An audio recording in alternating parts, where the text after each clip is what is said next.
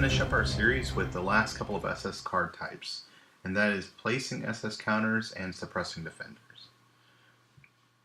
So we're going to join the game in progress here, and we're going to assume that a round of defender actions has just been completed, and we're ready to flip over some SS cards. So let's get these examples from last time out of the way,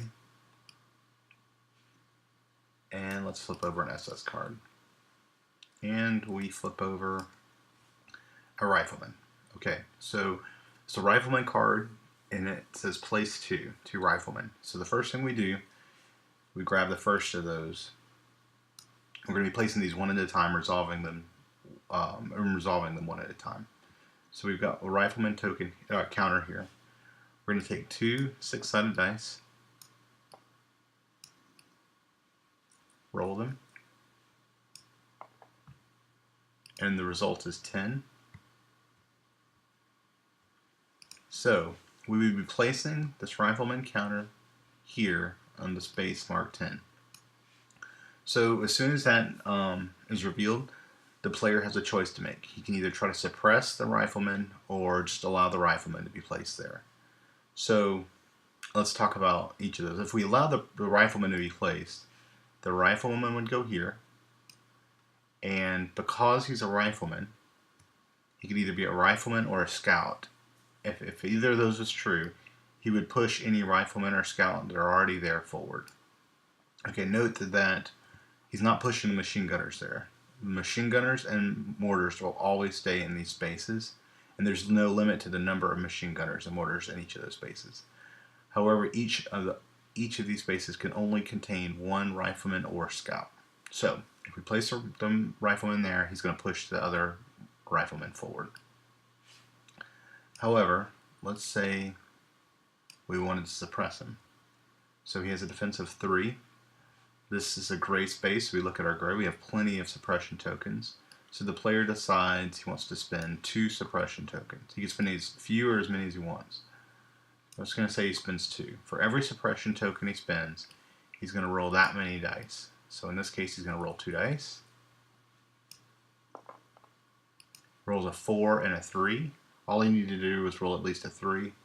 Successfully suppress the Rifleman, so the Rifleman never gets placed. Okay, so that was the first Rifleman, but you see where it says place 2. So that means we're now going to do the exact same thing for a second Rifleman. So we're going to pick up the dice again, roll them, and it's 12. So now the Rifleman is going to be placed here. Okay, so once again, let's go through this process here. If we place the Rifleman, he would get placed here. He would push this Rifleman forward, this Scout forward, this Rifleman forward. And you see, if we allow this to happen, we're going to end with a Rifleman one space away from losing the game. If he was to get pushed at this point, he would get pushed into the castle, and the defenders would immediately lose. So we really don't want to allow that to happen. That's very dangerous. So we're going to try to suppress again. Now, the likelihood of suppressing with a Rifleman with just 1 suppression token is pretty good, but this is a pretty serious situation. We don't want to be left with an enemy at the doorstep there. So we're going to go ahead. We're going to spend 2 suppression tokens again. We're spending it on green because this is a green space. Because we spent 2 tokens, we are going to roll 2 dice. And we rolled a 6 and a 2. So the 6 is enough to suppress the Rifleman. So that is an example of placing a Rifleman. Scouts work the exact same way as Riflemen. There's no difference between the two of them. When you place them, you move any other Riflemen or Scouts forward, like I said before. No difference between them except for the counter itself. Scouts have a 0 suppress and 5 defense. Riflemen have a 1 suppress, 3 defense. Okay. So that, we're not going to go through the Scout. I've already explained the difference between machine gunners and Scouts briefly there, but I'll just do it one more time. So if we had flipped over to machine gunner, it says place 1. So let's roll a couple of dice.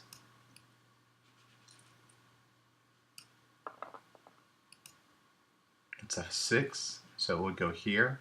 There's already a machine gunner there. There's also a Rifleman. If we decided to allow the Machine Gunner to go here, he would be placed. As I said before, there's no limit to the number that can be placed there. Machine Gunners and Mortars, they would just continue to stack. However, it would not push this Rifleman forward. So as a defender, you might decide, I'm not worried about the Machine Gunner because he's not pushing people forward, but having that 2 suppression value add to the space is actually pretty bad. So we could choose to suppress it or not. I'm not going to go through that. I just really wanted to show that they would get placed but not move anyone forward. The Mortar works the exact same way. So you can basically think of the Mortar and the Machine Gunner being the same type of card with just different values, and the same for the Riflemen and Scouts. So they work the exact same way.